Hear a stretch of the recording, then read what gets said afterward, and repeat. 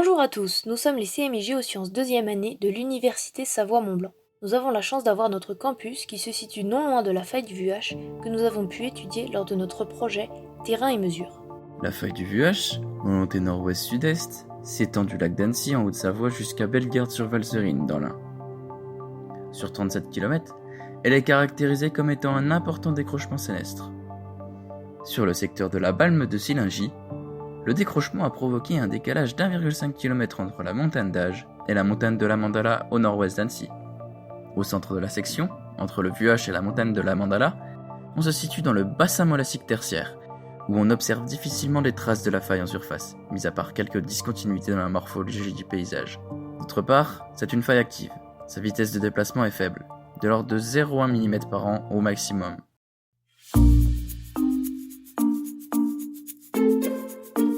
Depuis au moins 35 millions d'années, nous avons la présence de contraintes compressives est-ouest, induisant la formation de reliefs comme les Alpes. Ainsi, cette compression alpine a induit une déformation dans la couverture sédimentaire, notamment dans les premiers kilomètres de profondeur. Ces sédiments ainsi déformés ont pu créer un relief, le Jura. Grâce à la présence d'un niveau de décollement évaporite plus argilite du Trias, entre la partie française du bassin molassique et les montagnes du Jura qui permet une superposition plus aisée des couches sédimentaires les unes sur les autres, la vitesse de déplacement n'étant pas homogène, cela conduit à une création de failles décrochantes. Nous pouvons ainsi citer comme par exemple la faille du Vuache, celle notamment que nous avons étudiée.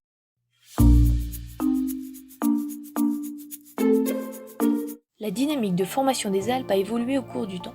En effet, on peut remarquer une rotation anti-horaire de 0,52 degrés par million d'années de la plaque apulienne sur les chaînes alpines, dont le pôle se situe à proximité de Milan. L'évolution des contraintes qui a été engendrée par cette rotation a permis la formation de chevauchements séquencés par des décrochements sénestres. La portion la plus impressionnante de la faille du Vuache est le miroir de faille de la Balme de Sillingy, le plus grand d'Europe jamais observé. Sur ce plan, nous distinguons des marqueurs du déplacement. Ces marqueurs sont notamment des stries inclinées de 15 à 20 degrés par rapport à l'horizontale. On parle dans ce cas du pitch des stries. Celle-ci n'étant pas que horizontale, il y a donc une composante horizontale et verticale du mouvement. Elles correspondent respectivement au décrochement sénestre et à un soulèvement qui reste encore d'origine inconnue. Cependant, il n'est pas étonnant d'observer des mouvements verticaux, nommés relais compressifs ou extensifs, dans un contexte en décrochement, car une faille n'est jamais rectiligne et donc purement décrochante.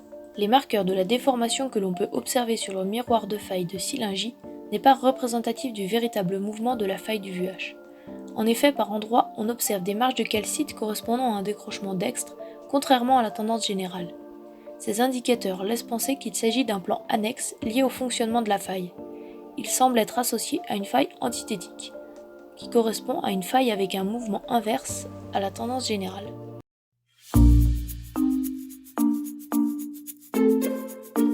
La faille du Vuache est une faille active, car on enregistre régulièrement des séismes de faible magnitude. Cependant, un séisme majeur a été enregistré à Annecy en 1996, de magnitude estimée entre 4,2 et 5,3 sur l'échelle de Richter, avec un hypocentre se situant à 1 km de profondeur. D'autres séismes plus anciens ont été recensés et enregistrés en 1839, 1936 et 1975. Ces valeurs de sismicité, considérées comme modérées par rapport au standard international, sont cependant importantes pour la région. Les sismographes ont détecté le séisme jusqu'à 300 km de l'épicentre. Le séisme a eu lieu dans la nuit du 14 au 15 juillet 1996, 2h13, heure locale.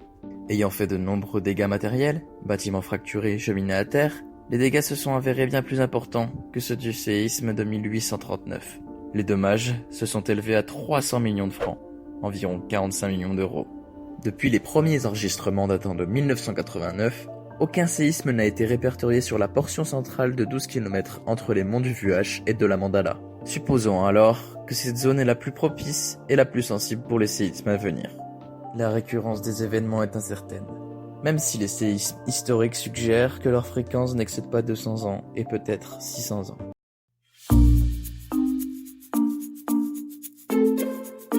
Pour conclure, de nombreuses mesures restent encore à réaliser sur la faille du Vuache pour mieux comprendre son fonctionnement, sa dynamique et ainsi mieux pouvoir appréhender de potentiels futurs séismes impactant les zones urbaines aux alentours. De plus, même si la faille du Vuache est beaucoup étudiée, l'estimation du risque sismique reste encore très floue. Une des questions qui reste en suspens à propos de cette faille, c'est qu'on ne sait pas encore si elle affecte seulement la couverture sédimentaire ou alors si elle se poursuit dans le sol. Merci à tous pour l'intérêt que vous avez porté à cette vidéo